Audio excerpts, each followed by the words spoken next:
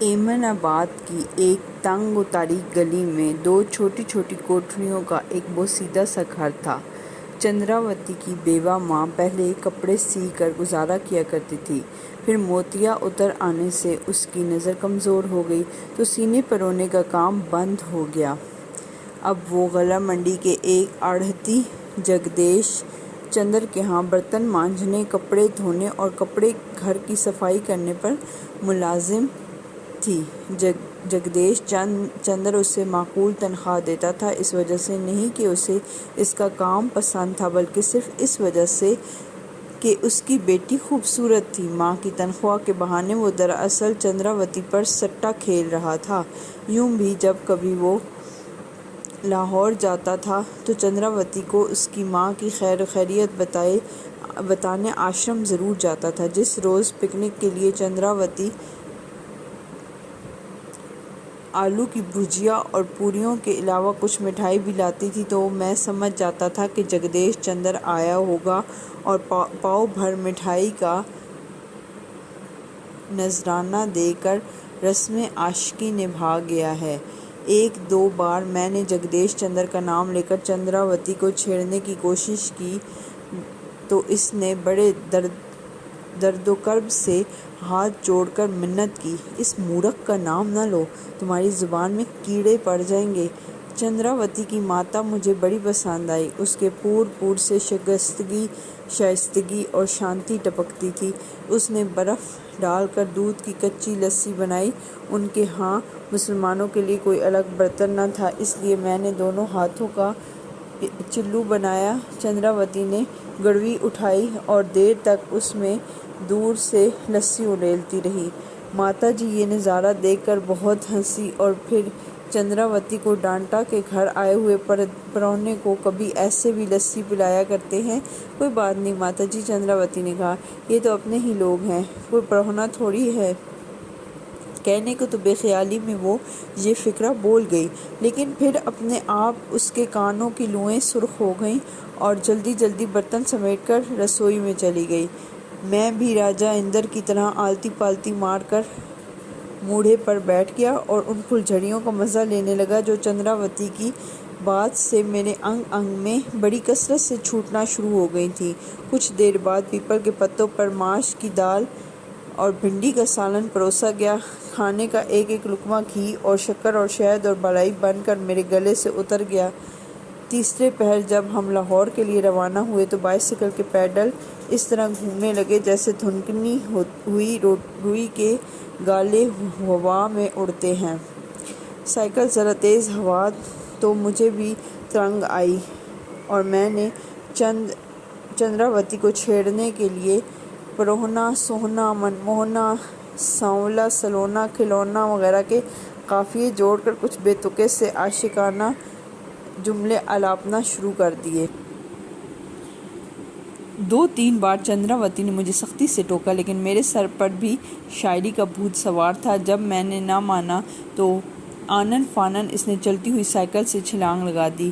Grand trunk road کے عین بیچ وہ منہ کے بل گری اور اس کی بائیں کہنی پر خاصی گہری خراش آئی۔ میں نے زخم صاف کرنے کے لیے اپنا رومال پیش کیا تو اس نے غصے سے جھٹک کر زمین پر پھینک دیا۔ چندراوتی کو اصرار تھا کہ اب وہ یہاں سے پیدل لاہور جائے گی، میرے ساتھ بائیسکل پر نہ بیٹھے گی۔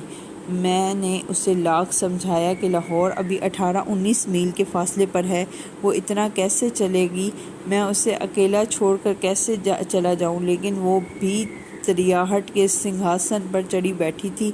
ہر چند میں نے اپنے کان کھینچے، ہاتھ جوڑے، معافی مانگی، لیکن وہ ٹس سے مس نہ ہوئی۔ آخر میں نے اپنی پیشانی زمین پر رکھ دی اور اس کے سامنے گن گن کر ناک سے لکیریں کھینچنے لگا۔ وہ کھلکھلا کر ہنس دی، "ارے یہ تم کس کو ڈنڈوت کر رہے ہو؟"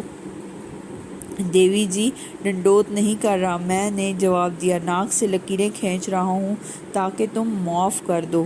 چندراوتی نے سڑک پر پھینکا ہوا میرا رومال اٹھا کر مجھے دیا اور کہا، لو رومال سے اپنی ناک صاف کر لو، بالکل سرکس کے کلاؤن نظر آ رہے ہو۔ اب شریف بچوں کی طرح بائسیکل چلانا۔ چندراوتی ہر قسم کی آرزومندی سے بے نیاز تھی، اسے بس ایک حسرت تھی کہ وہ کسی طرح بنارس جا کر گنگا اشنان کر لے۔ میں نے اسے کئی بار چھیڑا کہ مسلمان بلی تو 900 چوہے کھا کر حج کے لیے نکلتی ہے، ہندو کنہیا کا بھی فرض ہے کہ پہلے وہ پاپ کی گٹھڑی کمائے پھر کہیں جا کر گنگا جی میں نہائے۔ یوں بھی میں نے اردو اور انگریزی ادب کے تیر بہدف اشاروں، کنایوں، تلمیحوں، تشبیہوں، استعاروں اور طرح طرح کی ترکیبوں سے اس کا ذہن کسی قدر برانگیختہ کرنے کی بے حد کوشش کی، لیکن ہر بار منہ کی کھائی اور بڑی شرمندگی اٹھائی۔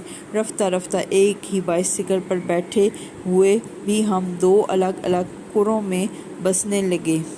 جوں جوں میرا دماغ میں نفسانیت کی بھیڑوں کا چھتا بنتا گیا، اسی رفتار سے ہمارے درمیان ایک وسیع و عریض خلا پیدا ہونا شروع ہو گیا۔ وہ میرے ساتھ ہوتے ہوئے بھی کوسوں دور سے دور ہی دور لے جا رہا تھا۔ جیسے جیسے یہ فاصلے بڑھتے گئے میرا مزاج چڑچڑا ہوتا گیا۔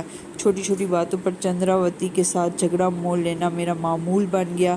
دن بھر اسے بائسیکل پر لادے لادے سڑکوں پر گھومنا مجھے بڑی احمقانہ اور طفلانہ حرکت محسوس ہونے لگی، اور میں اس گناہ بے لذت کی اکتاہٹ سے دل ہی دل میں جھنجھلانے لگا۔ کئی بار میرے سر پر یہ جنون سوار ہوا کہ میں بائسیکل کو کسی تیز رفتار موٹر کے ساتھ ٹکرا کر چوٹ چوٹ کر دوں۔ کبھی میرا جی چاہتا تھا کہ میں اپنے ہاتھوں سے اس کا گلا گھونٹ دوں اور اس کا سر زمین پر مار کر کچے ناریل کی طرح پاش پاش کر دوں۔ ایک روز وہ ایک چھابڑی والے کے پاس تازہ گنڈیریاں خریدنے کھڑی ہوئی تو میرے دل میں آیا کہ ایک موٹے گنے سے چندراوتی کو مار مار کر ادھموا کر دوں اور گنڈیریوں والے کی درانتی سے اس کے ٹکڑے ٹکڑے کر کے اپنے دانتوں سے کچر کچر چبا ڈالوں۔ اس نے آ کر میرے حصے کی گنڈیریاں مجھے دیں تو میں نے جھنجھلا کر انہیں نالی میں پھینک دیا۔ جب میں اپنے کمرے میں واپس آیا تو میرا جسم یوں ٹوٹ رہا تھا جیسے سڑک کوٹنے والا انجن مجھے روندتا ہوا گزر گیا ہے۔ ناشکیب آرزوؤں کے کوڑے بڑی صفاقی سے میری کمر پر برسنے لگے۔ ناصفتہ خواہشات کا گرم گرم دھواں اٹی ہوئی چمنی کی طرح میرے گلے میں پھنس گیا۔ کمرے کی چار دیواری سانپ کی طرح بل کھا کھا کر مجھے اپنی لپیٹ میں جکڑنے لگی۔ میرا دم گھٹ گیا، میرے سر میں کالے کالے بھونڈ اور زہرناک بھیڑیں ہوائی جہاز کے انجن کی طرح بھن بھنانے لگیں، اور میرے جسم میں اوپر سے نیچے تک تیز رفتار چھپکلیوں کی فوج اور فوج اچھلنے کودنے سرسرانے لگی۔ میں گھبرا کر اٹھا اور باہر سڑک پر آ گیا۔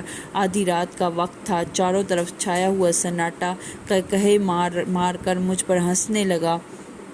میں بھی ایک لیمپ پوسٹ سے لپٹ کر کھڑا ہو گیا اور دیر تک زور زور سے جوابی قہقہے لگاتا رہا۔ دو تین راہگیروں نے رک کر مجھے گھورا اور پھر شرابی کا فتویٰ دے کر آگے بڑھ گئے۔ لاہور کی کوئی سڑک میرے ساتھ آشنائی کا اقبال جرم کرنے کے لیے تیار نہ تھی۔ دکانوں پر لگے ہوئے سائن بورڈ بالکل اجنبی زبانوں میں لکھے ہوئے نظر آ رہے تھے۔ گلی کوچوں کی بیگانگی مجھے قدم قدم پر آوارہ کتے کی طرح دھتکارتی تھی۔ گھروں کے بند دریچے اپنی بلندیوں سے آہ تھو کر کے میرے منہ پر تھوک دیتے تھے۔ سڑکوں کے موڑ جگہ جگہ میرا راستہ روک کر کھڑے ہو جاتے تھے اور میں ایک لاوارث کوڑھی کی طرح کبھی ادھر بھٹکتا تھا کبھی ادھر بھٹکتا تھا۔ لاہور کی کوئی سڑک، کوئی گلی، کوئی کوچہ مجھے راستہ دینے پر تیار نہ تھا۔ بیگانگی اور دیوانگی کے اس ماحول میں بس ایک دروازہ ایسا دکھائی دیا جو آدھی رات کے بعد بھی آغوش مادر کی طرح وا تھا، جب بہت سے لوگ بے روک ٹوک داتا دربار میں آ جا رہے تھے۔ میں بھی ان کے ساتھ یوں ہی بے وضو اندر گھس گیا اور مزار کی ایک محراب سے ٹیک لگا کر بیٹھ گیا۔ بڑی دیر تک میں آنکھیں بند کر کے انتہائی انہماک کے ساتھ چندراوتی چندراوتی کا ورد کرتا رہا۔ پھر یکا یک میرے اندر ایک ویکیوم سا پیدا ہوا اور میری محرومیوں کا آتش فشاں بکس سے پھٹ گیا۔ دبی ہوئی خواہشات کا کھولتا ہوا لاوا ابل ابل کر میرے روئیں روئیں سے پرنالوں کی طرح بہنے لگا اور میں بڑی دیر تک محراب کے کونے میں سر دیے دھاڑے مار مار کر بلک بلک کر روتا رہا۔ اس کے بعد مجھے کچھ اونگ سی آ گئی۔ ایک موٹے سے متولی نے میری پسلیوں میں لاٹھی کا ٹھوکا دے کر مجھے بیدار کیا اور ڈانٹ کر کہا، تم یہاں خراٹے لینے آئے ہو؟ بدنصیب کہیں کے! اٹھو اپنی داد فریاد کا واویلا مچاؤ، حضرت داتا گنج بخش سب کی سنتے ہیں۔